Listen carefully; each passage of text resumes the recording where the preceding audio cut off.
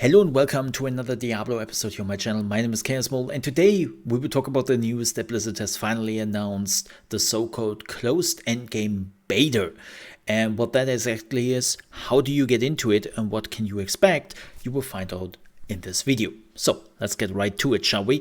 First things first, what is the Closed Endgame Beta? Well, it's pretty simple. They will have a closed beta where they will invite people to, and then they can play the end game and only the end game of Diablo 4.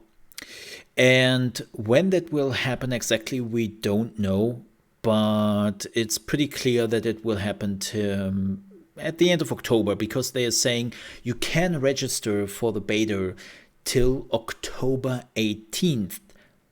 So we can assume that the beta will start like somewhat after that point. And they're also saying, hey, if you didn't receive any invite till, let me see exactly which date it is, they've been stating, till November 18th, then you are out of luck. So assume that the beta will probably start around October 15 or something like that, and then they will let it run for a month to get like all the info. But why do they do an endgame beta? What can we expect, and who will be invited? Well, as I said, you have to register yourself. It's pretty simple.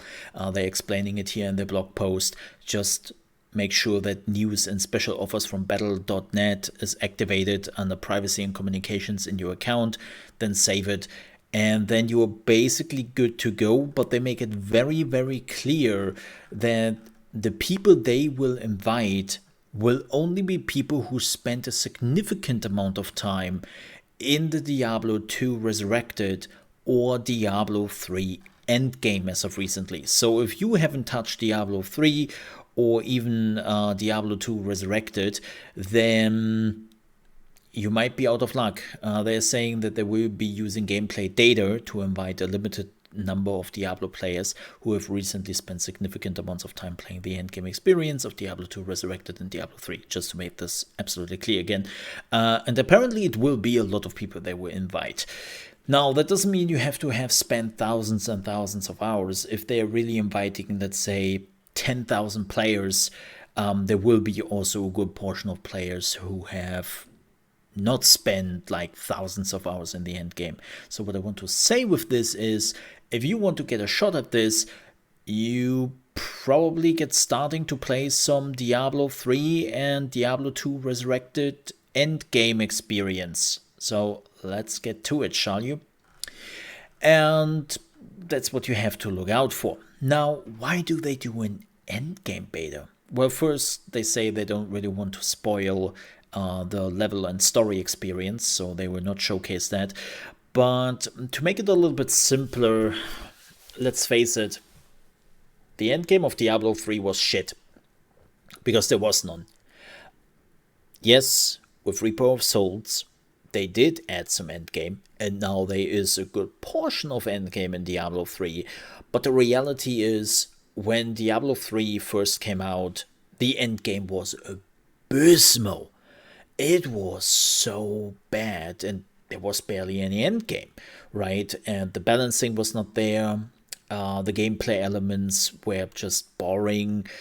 Classes were not where they should be. Like, it was a mess because, and that's the reality, in Diablo 3, we never had an endgame beta. We didn't even have a full-blown beta. If you have never played the Diablo 3 beta, the only thing you could do is you could kill the Skeleton King till that point, which is like the first part of Act 1, and that was it, right? That was around level, what, 13? Yeah, around level 13, when you, or even like level 11 or something like that, when you killed the Skeleton King, and I think 13 was the max level, and that was it.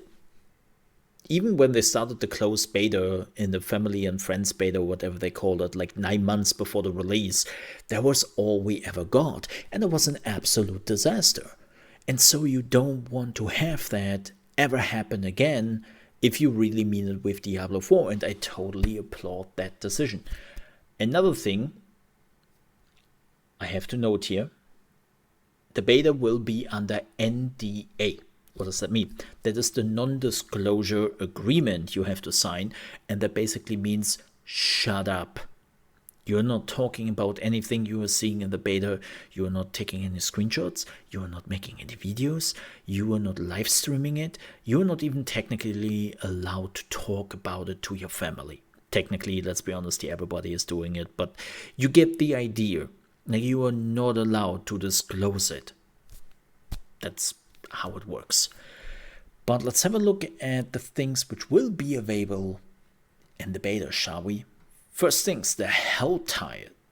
While roaming Sanctuary on foot or atop of your trusty steed, be aware of your surroundings, for you might find yourself caught in a Helltide. This is a new region-wide event that becomes available to heroes only once they have reached World Tier 3 Nightmare difficulty. In a Helltide, the servants of Lilith are empowered, having their difficulty increased, but dropping loot worthy of the danger. Her mightiest minions are also out in greater force, and the very ground of Sanctuary as you know it has been morphed by the surge in demonic activity. As you call the monstrosities inhabiting a Helltide, they potentially drop cinders, a new currency that can be spent to open Helltide chests, scattered around the respective region. These chests boast bountiful boons exclusive to a singular item slot, such as torso, legs, or two-handed weapon. But be wary in hoarding your cinders. Should you fall in battle, they drop and must be reclaimed. This reminds me a bit of like Rift. Does anybody remember Rift? With the rifts just showing up and all that? Does somebody remember that? Definitely reminds me of it. And it seems like they're going the Dark Souls round. Like you're dropping something and you have to pick it up again, which is interesting. Nightmare dungeons. We have crafted a difficulty of Diablo dungeons straight out of your nightmares. We'll see about that. No, really? Really? Nightmare difficulty dungeons in Diablo 4 unlock upon locating your first nightmare sigil. Each sigil corresponds to a specific dungeon somewhere within Sanctuary. These sigils will be add special modifiers to their dungeon, increasing the ferocity of the hell servants waiting for you inside and providing higher rarity loot. Through completing Nightmare dungeons, you will recover even more powerful sigils, introducing increasingly death-defying modifications and challenges for you to overcome. As you progress into higher, more challenging world tiers, new Nightmare dungeons will become available for you to explore. I assume this is something they have been taken from World of Warcraft, or I think Last Epoch is another RPG is actually doing this, where you can find keys to like specific dungeons. They're getting special modifier and they're getting harder and harder the higher you're going down into the tier level. And that makes sense. That is always fun. It keeps you doing your thing, you know, and you will hit a wall at some point, so you have to farm more equipment. You have to make sure that you have like the right character specifications, and then you come back to it. So this could be a thing which will run for a very long time and should be very fun to the people playing it. Whispers of the Dead. The trio Whispers has a few loose ends to tie and needs your help settling the score. Displayed on your map, players will see various whispers scattered throughout Sanctuary. Complete the associated task and be met with experience, gold, and grim favors. The number of grim favors you receive from completing a whispers varies, but once you have collected 10 grim favors, the dearly departed, they can be exchanged at the trio Whispers for a bevy of loot and experience to reward your heroics. The type of whispers a player sees on the map rotate frequently, with new ones becoming available throughout the day for you to track. Each whisper will offer both a different set of rewards and experience for completing it. Traditionally, the Whispers of the Dead system does not become available to players until after completing a specific chapter of the main questline. For the closed beta, players will be able to engage with the system right out of the gate. That sounds very much like the Diablo 3 adventure system. Yeah, pretty much like the Diablo 3 adventure system, right? Or like events which are just popping up on the world map, because they're treating this game more like an MMO / live service games where you have just random world events happening. And that's basically what this is. But that's always fun. That means there will be a lot of variety. You will meet other players who are also doing it, and so you will interact with other players quite often, which is cool. I like that. Coming together, just doing one of the Whispers of the Dead, and then just never talk to each other ever again. Cool. Sounds like socializing. Fields of Hatred. Born from the contempt of mortals, Mephisto has cursed specific areas of Sanctuary, transforming them into deadly fields of hatred. These designated PvP zones are the proving grounds for players who are looking to bring renown to their name through blood and zeal. While inside the fields of hatred, players can dispatch demons to collect seeds of hatred. To make use of those seeds, you need to bring them to the altar of extraction, where they can be smashed into red dust. Be quick to convert your seeds of hatred to red dust. They are the desire of other players lurking in the zone, and if they are skilled enough to overtake you in combat, your seeds of hatred will be dropped. Going through the trouble of transforming seeds of hatred into red dust does have its merits. Red dust will not be lost if you have failed. It can also be spent at the PvP cosmetics and mount vendors for ornamental rewards. Will you be able to forge a name for yourself in these tainted lands? Okay, first things first, amazing. PvP is in there. Second, please make it so that everyone has equalized gear. Please.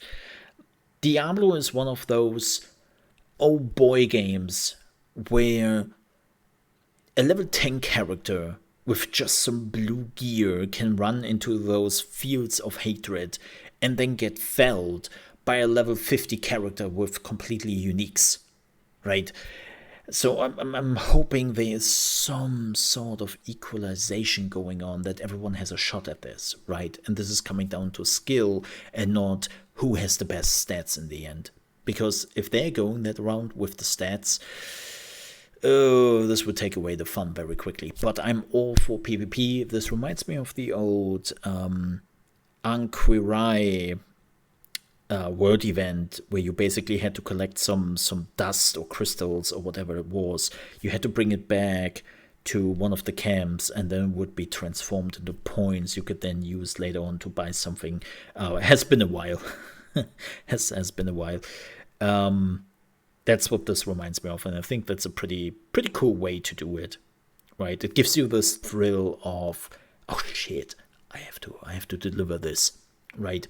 And when you have delivered it, it's yours.